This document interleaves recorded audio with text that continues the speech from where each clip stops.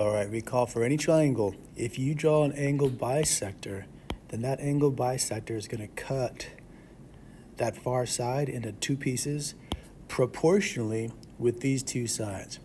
So we can do the part over the whole on the left equals the part over the whole on the right.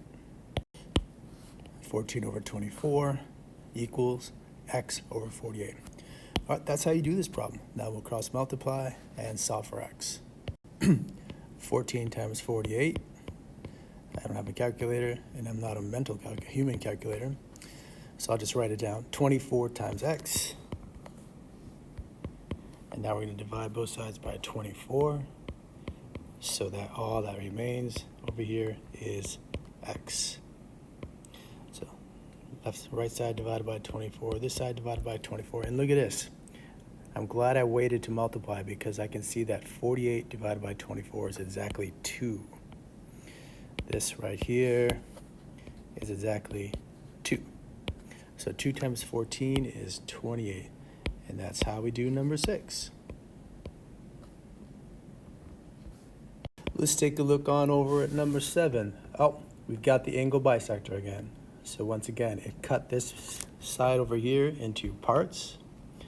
And it's cut proportionally with these sides. So 4 divided by 4 root 2 is equal to the ratio 4 divided by y.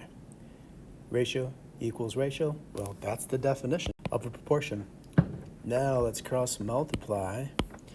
And 4 times y is 4y. And going in the other direction, 4 times this is 4 times that. And now we can solve for the variable that we're looking for, which is this y variable. All right, so we've got 4y equals 16 root 2. Remember, there's no distributing here.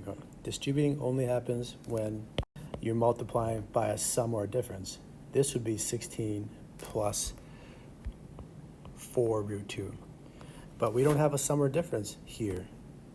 Think we've got 4 root 2's and we want 4 of those. If we had 4 root 2's, then we'll have 16 root 2's. All right, next, divide both sides by 4 and we'll have it. Our value for y equals, and these are both under the square root sign, so we can divide them. 16 divided by 4 is 4. Root 2's stays there, and our y value is 4 root 2. All right, I hope that helps for number 6 and number 7.